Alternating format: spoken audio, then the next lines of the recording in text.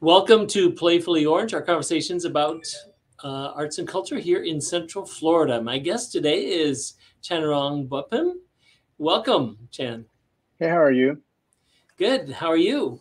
Doing great. Excited to be here. Thanks for having me. You bet. Well, you are a filmmaker, a storyteller with film, I believe. Yes, I am. I am very passionate when it comes to film or any sort of visual storytelling. I'm all in. Well, let's go back and figure out where that came from. Um, Where did you grow up? Well, I was born in Thailand. Uh, well, if it's a very old town called Ayutthaya, probably like about 2 hours away from the capital of Thailand. I moved here when I was about 11, 12. Spent here over a decade now and loving it here. And where did your interest in film or visual Right. storytelling come from? Yeah, I think for me, I have always been interested into art drawing, and I think it became evident recent years that I think it was after the COVID, during the COVID, when I took the intro to film, and at that moment, that professor asked us to submit either the writing or the film, and I did the film, and it came out better than I expected. And then the second film I did, I submitted through the film festival and get a really good response. And then at that point, I was just really focusing on it. And then for my second film, I got a chance to be part of the FusionFest, and that was a great experience. So how many films have you done now? Um, I've done couple, but the only official would have to be probably two. And for me, um, I attack in all categories. I love working with uh, people, food, sports, but again, anything that involve storytellings and anything that had to do with passion. Um, yeah, I always want to be part of it. How do you approach storytelling? How do you figure out what the story is?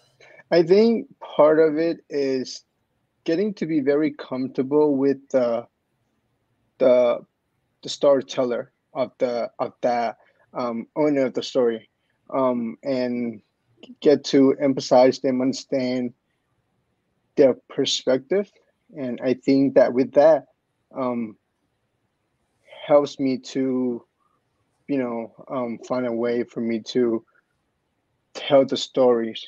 But again, going back, it's just really understand the culture of that person, where they're coming from, what they do, and a little bit of their character as well. Because there are some things that not everyone wants to portray.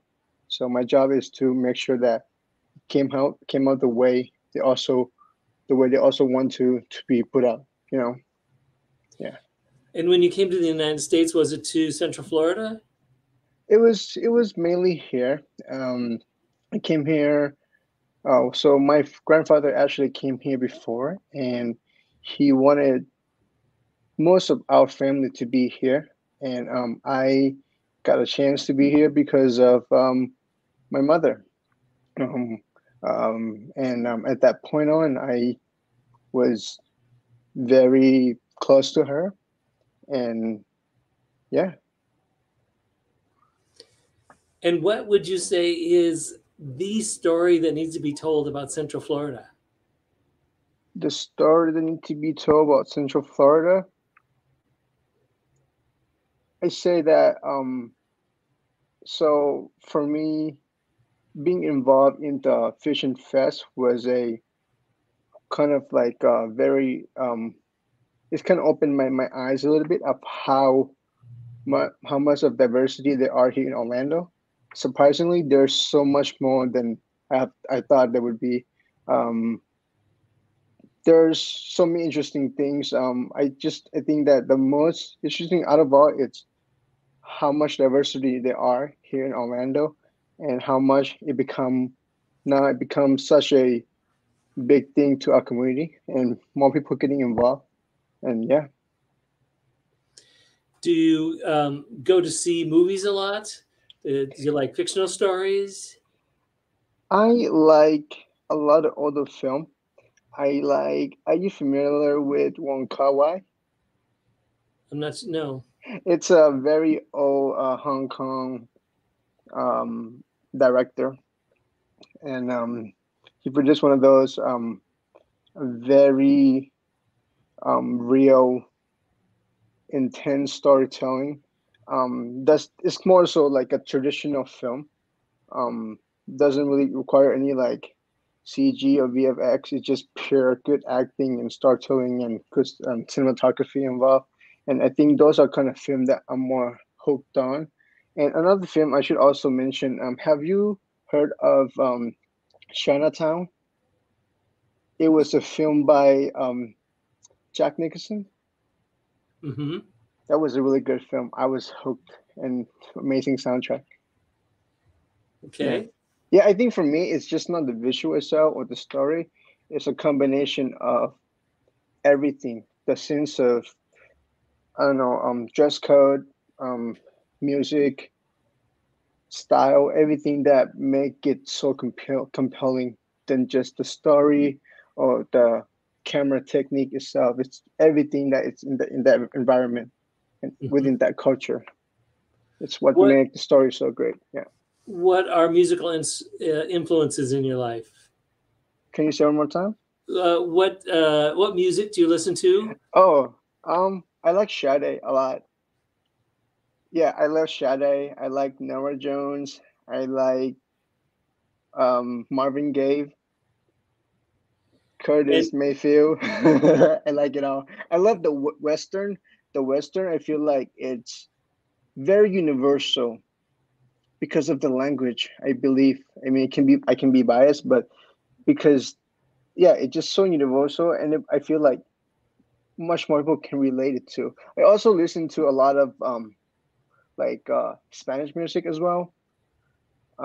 But again, me not understanding it, that's why I like, like the 80s jazz.